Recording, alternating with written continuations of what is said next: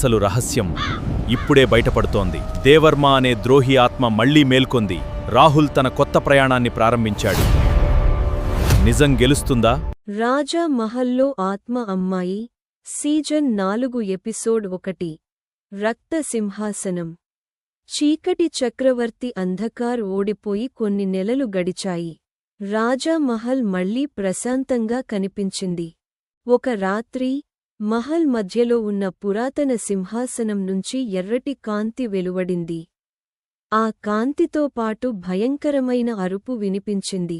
దూరంలో ఉన్న రాహుల్ చేతిలోని పవిత్ర ఖడ్గం ఒక్కసారిగా కంపించింది. మరో శాపం మేల్కొంది అని సన్యాసి ఆందోళనగా అన్నాడు. రాహుల్ వెంటనే రాజా మహల్కు చేరుకున్నాడు. మహల్ లోపల నేలపై రక్తంతో ఇలా రాసి ఉంది: రక్త సింహాసనానికి కొత్త రాజు కావాలి. అప్పుడే సింహాసనం ముందు నల్లటి పొగ కమ్ముకుంది. ఆ పొగలో నుంచి ఎర్రటి కళ్లతో ఒక రహస్య రాణి ప్రత్యక్షమైంది. నేనే రక్తరాణి నిషిత అని ఆమె గంభీరంగా చెప్పింది. ఈ మహల్ అసలు యజమాని నేనే. నా సింహాసనాన్ని తిరిగి స్వాధీనం చేసుకోవడానికి వచ్చాను. ఆమె చేతిని పైకెత్తగానే మహల్ గోడల నుంచి రక్తనీడలు బయటకు వచ్చి రాహుల్ను చుట్టుముట్టాయి. రాహుల్ పవిత్ర ఖడ్గాన్ని బయటకు తీశాడు. కాని ఈసారి ఖడ్గం వెలుగు మందగించింది. ఇది సాధారణ శత్రువు కాదు అని సన్యాసి హెచ్చరించాడు. రక్తరాణి నిషిత భయంకరంగా నవ్వింది. ఈసారి నీ పవిత్ర శక్తులు నాకు పని చేయవు. రాహుల్ జీవితంలో మరో కొత్త భయంకరమైన యుద్ధం ప్రారంభమైంది. కొనసాగుతుంది. రాజా మహల్లో ఆత్మ అమ్మాయి సీజన్ 4 ఎపిసోడ్ 2 రక్త అద్దం. రక్తరాణి నిషిత నవ్వు మహల్ అంతా మార్మోగింది. ఆమె చేతిని గాల్లోకి ఎత్తగానే రక్తనీడలు రాహుల్పై దాడి చేశాయి. రాహుల్ పవిత్ర ఖడ్గంతో ఎదురుదాడి చేసినా ఆ నీడలు మళ్లీ రూపం దాల్చాయి. ఇవి చనిపోవు అని సన్యాసి గట్టిగా అరిచాడు. అప్పుడే మహల్ గోడ వెనుక ఒక రహస్య ద్వారం తెరుచుకుంది. లోపల నుంచి ఒక వృద్ధురాలు బయటకు వచ్చింది. రాహుల్, నిషితాను ఓడించాలంటే రక్త అద్దంను కనుగొనాలి అని ఆమె చెప్పింది. రక్త అద్దం అని రాహుల్ ఆశ్చర్యంగా అడిగాడు. అవును, ఆ అద్దంలోనే నిషిత అసలు ఆత్మ బంధించబడి ఉంది. అద్దం ధ్వంసమైతేనే ఆమె శక్తి అంతమవుతుంది. ఆ మాటలు విన్న నిషిత కోపంతో గర్జించింది. ఆ రహస్యాన్ని ఎవరికీ చెప్పకూడదు. ఆమె తన చేతిని నేలపై కొట్టగానే మహల్ నేల చీలిపోయింది. కిందకు వెళ్లే రక్తరంగు మెట్లు కనిపించాయి. వృద్ధురాలు రాహుల్ వైపు చూసి, త్వరగా రా. రక్త అద్దం ఉన్న గది త్వరలో శాశ్వతంగా మూసుకుపోతుంది. రాహుల్, సన్యాసి ఆ మెట్లు దిగడం ప్రారంభించారు. అయితే చీకటిలో నుంచి ఒక చిన్నారి ఏడుపు వినిపించింది. ఆ ఏడుపు వెనుక దాగి ఉన్న రహస్యం ఏమిటి? కొనసాగుతుంది. రాజా మహల్లో ఆత్మ అమ్మాయి సీజన్ 4 ఎపిసోడ్ 3 రక్త అద్దం రహస్యం.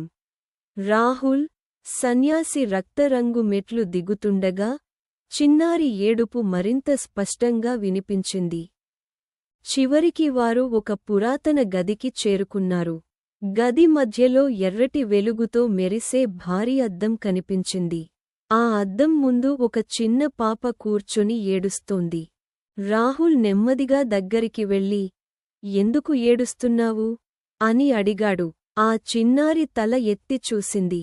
ఆమె కళ్లలో ఎర్రటి వెలుగు మెరిసింది. నన్ను ఈ అద్దంలో బంధించారు. నన్ను బయటకు తీసుకురా అని వేడుకుంది. రాహుల్ ఆమెను రక్షించడానికి అద్దాన్ని తాకబోతుండగా సన్యాసి గట్టిగా అరిచాడు. ఆగు, అది నిజమైన చిన్నారి కాదు. రక్త అద్దం సృష్టించిన మాయ. అంతలో అద్దం మొత్తం పగుళ్లు పడటం ప్రారంభమైంది. పగుళ్ల మధ్య నుంచి నిషిత భయంకరమైన ముఖం కనిపించింది. రాహుల్, నువ్వు నా ఉచ్చులో చిక్కుకున్నావు అని ఆమె గట్టిగా నవ్వింది. ఆ క్షణంలో అద్దం నుంచి నల్లటి గొలుసులు బయటకు వచ్చి రాహుల్ను బంధించాయి. సన్యాసి పవిత్ర మంత్రాలను జపించడం ప్రారంభించాడు. కాని గొలుసులు మరింత బిగుసుకున్నాయి. అప్పుడే గది చివర ఒక ప్రకాశవంతమైన ఖడ్గం కనిపించింది. దానిపైన ఇలా రాసి ఉంది: సత్య ఖడ్గమే రక్త అద్దాన్ని ఛేదించగలదు. రాహుల్ ఆ ఖడ్గాన్ని చేరుకోగలడా? కొనసాగుతుంది. రాజా మహల్లో ఆత్మ అమ్మాయి సీజన్ 4 ఎపిసోడ్ 4 సత్య ఖడ్గం. రక్త అద్దం నుంచి వచ్చిన నల్లటి గొలుసులు రాహుల్ను గట్టిగా బంధించాయి. ఎంత ప్రయత్నించినా అతను విడిపోలేకపోయాడు. సన్యాసి పవిత్ర మంత్రాలను జపిస్తూ, రాహుల్, భయాన్ని కాదు, సత్యాన్ని నమ్ము అని గట్టిగా అరిచాడు. ఆ మాటలు విన్న రాహుల్ తన మనసును ప్రశాంతం చేసుకున్నాడు. అతని మెడలో ఉన్న బంగారు లాకెట్ ఒక్కసారిగా ప్రకాశించింది. ఆ వెలుగు గొలుసులపై పడగానే అవి బలహీనపడ్డాయి. అవకాశాన్ని ఉపయోగించుకుని రాహుల్ వేగంగా ముందుకు దూకి, గది చివర ఉన్న సత్య ఖడ్గంను చేతిలోకి తీసుకున్నాడు. ఖడ్గాన్ని తాకిన వెంటనే గది మొత్తం బంగారు కాంతితో నిండిపోయింది. గోడలపై దాగి ఉన్న పురాతన శాసనాలు స్పష్టంగా కనిపించాయి. వాటిలో ఇలా రాసి ఉంది: రక్తరాణి నిషిత ఒకప్పుడు ఈ రాజ్యాన్ని కాపాడిన రాణి. కాని ద్రోహం వల్ల ఆమె శాపగ్రస్త ఆత్మగా మారింది. రాహుల్ ఆశ్చర్యపోయాడు. అంటే నిషిత మొదట దుష్టురాలు కాదా? అప్పుడే రక్త అద్దం నుంచి నిషిత స్వరం వినిపించింది: నన్ను ద్రోహం చేసిన నిజమైన నేరస్థుడిని కనుగొనకపోతే ఈ శాపం ఎప్పటికీ ముగియదు. అంతలో మహల్ మొత్తం బలంగా కంపించింది. రక్త అద్దంలో మరో రహస్య రూపం నెమ్మదిగా కనిపించడం ప్రారంభమైంది.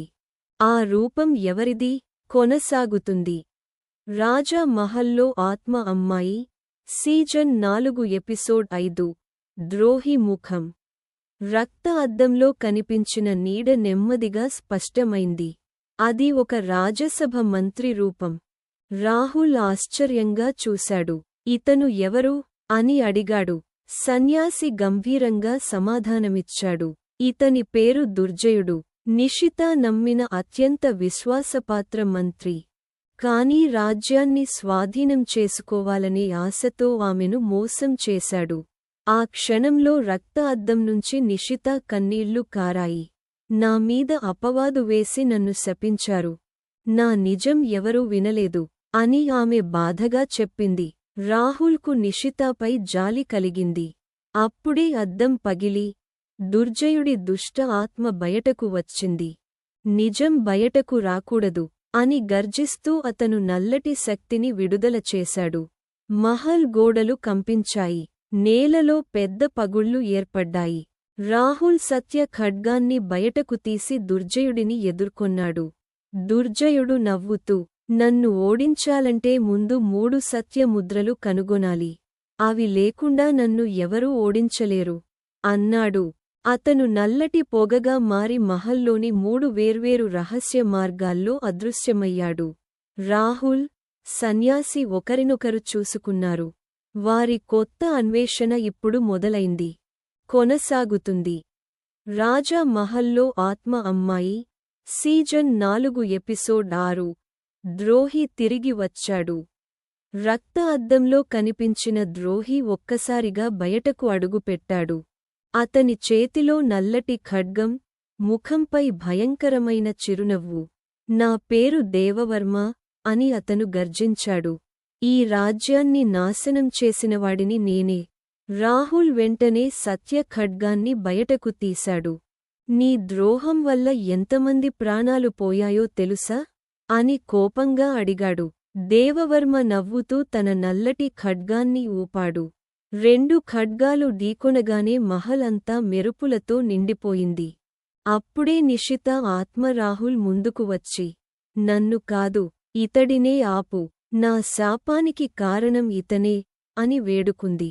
సన్యాసి గోడపై ఉన్న పురాతన శాసనాన్ని చదివి ఆశ్చర్యపోయాడు.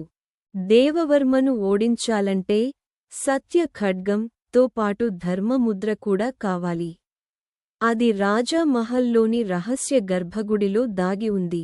ఆ మాటలు విన్న దేవవర్మ కోపంతో గర్జించాడు. మీరు ఆ ముద్రను ఎప్పటికీ పొందలేరు. అతను తన నల్లటి శక్తిని విడుదల చేయగానే మహల్ నేల మళ్లీ చీలిపోయింది. రాహుల్, నిషిత, సన్యాసి ఆ రహస్య గర్భగుడి వైపు పరుగెత్తారు. కాని వారికి తెలియదు, గర్భగుడి ద్వారం వద్ద మరింత భయంకరమైన కాపలాదారు ఎదురుచూస్తున్నాడు. కొనసాగుతుంది.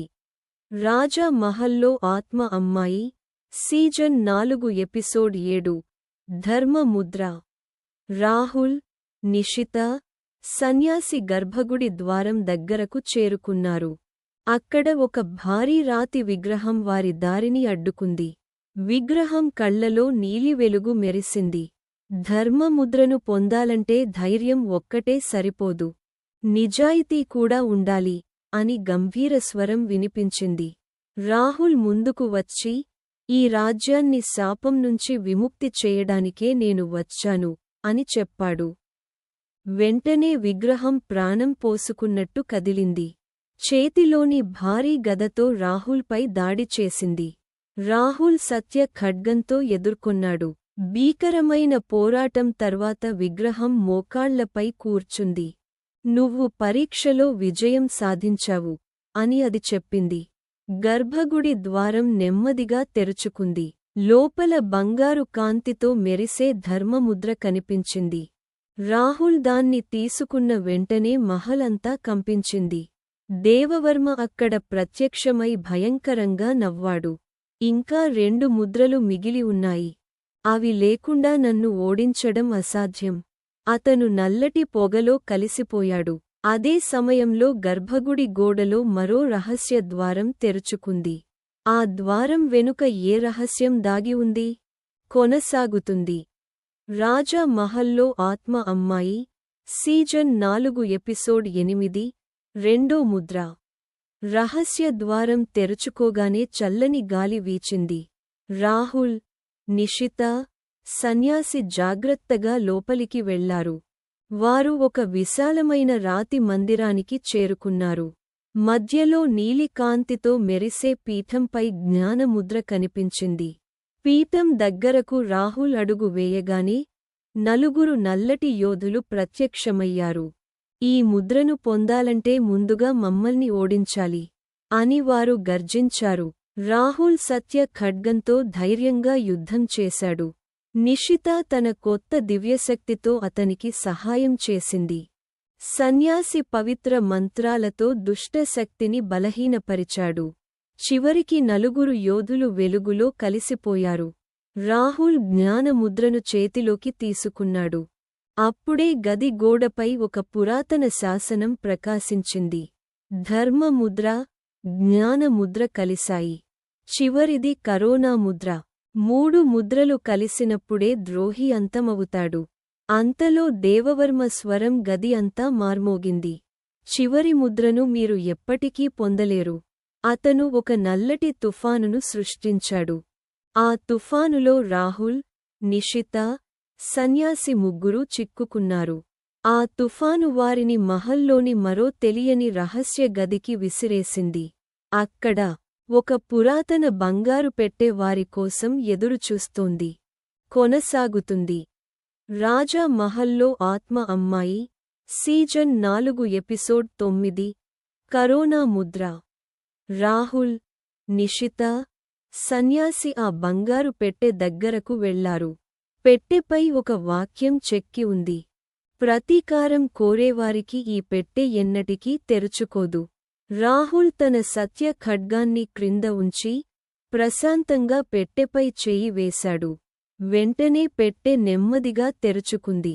అందులో ప్రకాశిస్తూ కరోనా ముద్ర కనిపించింది.